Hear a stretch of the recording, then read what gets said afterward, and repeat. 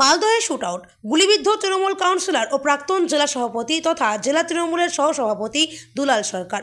জলজলিয়ার মাতাল মোড়ে এলাকায় একটি বাইকে করে 3 জন গুলি চালায়। পরপর গুলি চালানো হয় তৃণমূল নেতাকে লক্ষ্য করে। একটি গুলি লাগে দুলাল সরকারের মাথায়। সংকটজনক পরিস্থিতিতে আনা হলো মালদা মেডিকেল কলেজ হাসপাতালে। আরে তাড়াতাড়ি কর বাবা।